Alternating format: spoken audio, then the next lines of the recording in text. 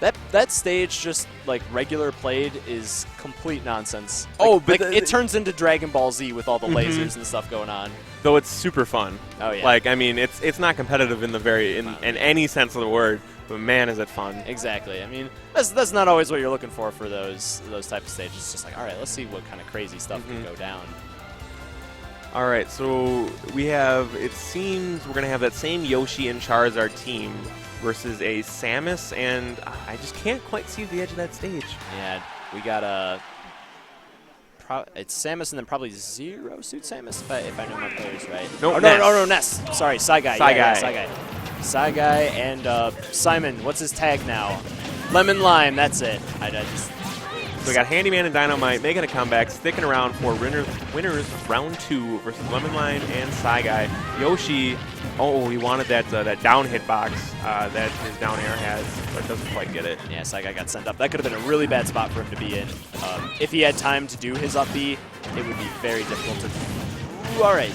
Yoshi going for these dunks hardcore. And Lem0nlime made it back, but he's really giving people the nose job right now.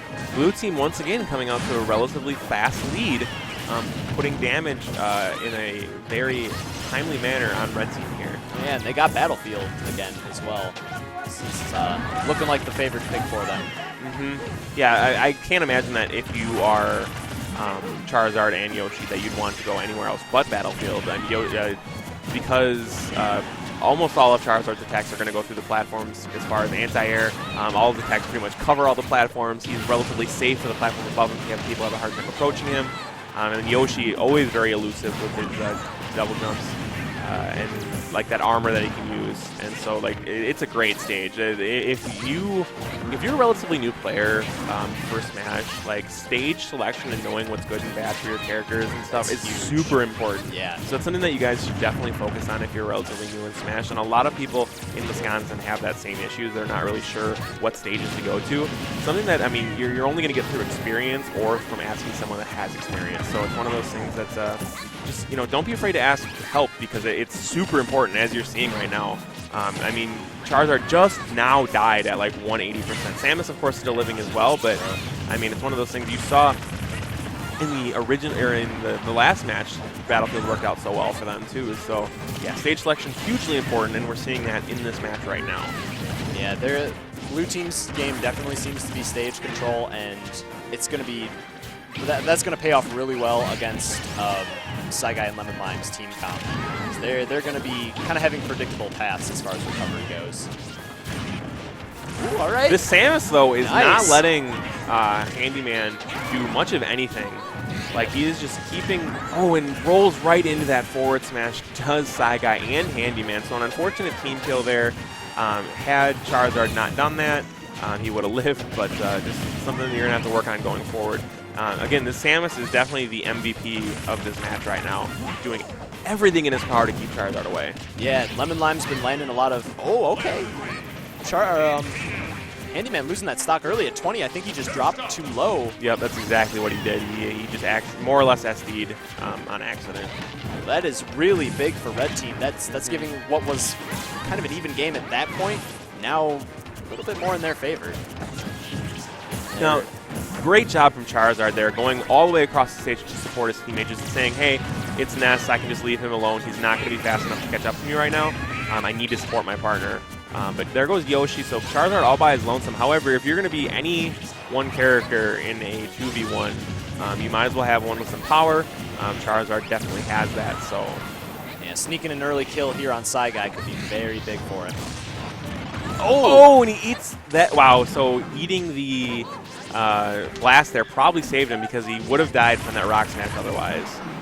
Yeah, it gave him enough percent to get away from that. And now I see where they, what this team comp is about.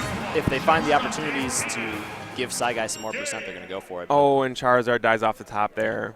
So an unfortunate SD from Handyman there. It's not something he wanted to have happen, obviously. So we'll see going into game 2 if they maintain similar stage and just hopefully play a little bit better. Because we had a team kill and an SD, so very possible that they could have pulled that out had that not happened. Definitely. Time to tighten up the screws and make things happen in game 2. Can we just say how awesome this layout is?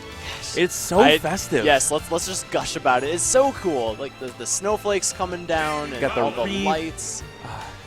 It's so great. So shout outs to Unrivaled Tournaments for making me feel super holidays. So happy holidays to all of the Smash fans out there.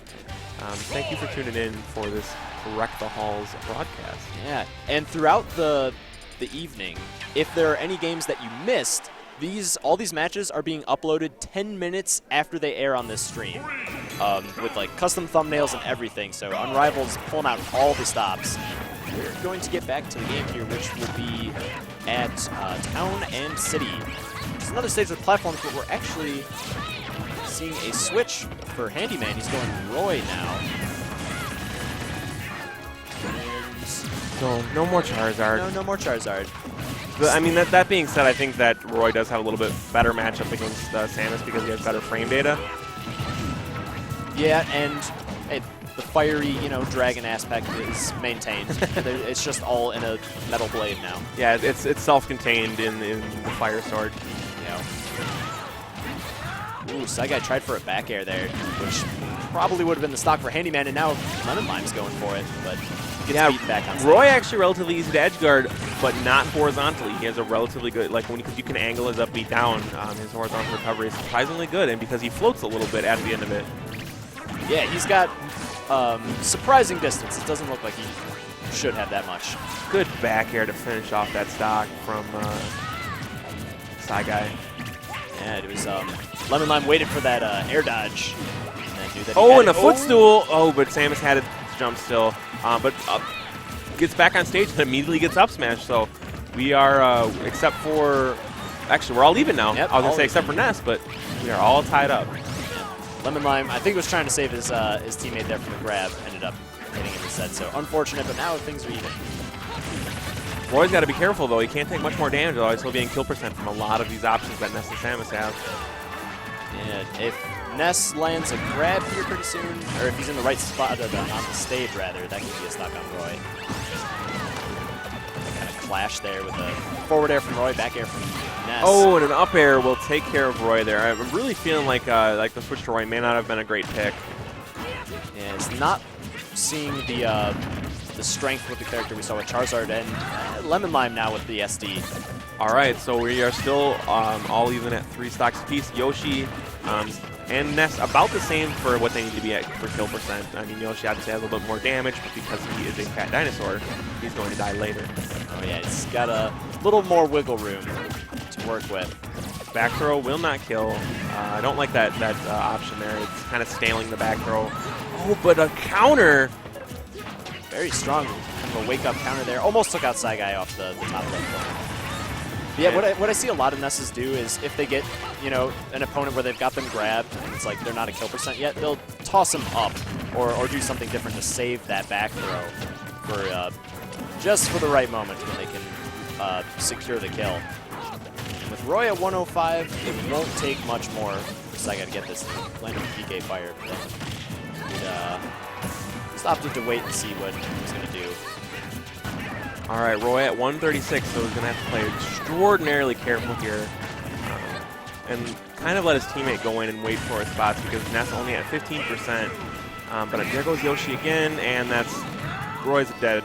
No, yeah. I mean, Smash 4 Magnet hands, normally good, but in that situation, not quite going to be enough. So good stuff there. Knocking Handyman and his partner, I'm sorry, I just totally forgot his name. That's Dynomyte. Dynomyte, that's right. I can't believe I forgot Dynomyte. But yeah, knocking them into losers.